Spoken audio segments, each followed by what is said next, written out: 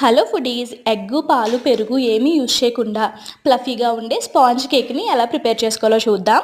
ఏదైనా ఒక బౌల్లోకి హాఫ్ కప్ వరకు షుగర్ పౌడర్ ఇంకా పావు కప్ వరకు ఆయిల్ని యాడ్ చేసుకుని మంచిగా విస్క్ చేసుకోవాలి. నేను ఇక్కడ ఎలాంటి బ్లెండర్ని యూజ్ చేయలేదు, జస్ట్ నార్మల్ విస్క్తో మిక్స్ చేశాను అంతే.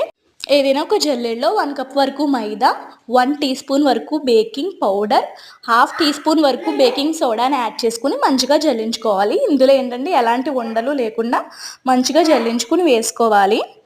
ఇది మెయిన్ ఇంగ్రీడియంట్ అనమాట.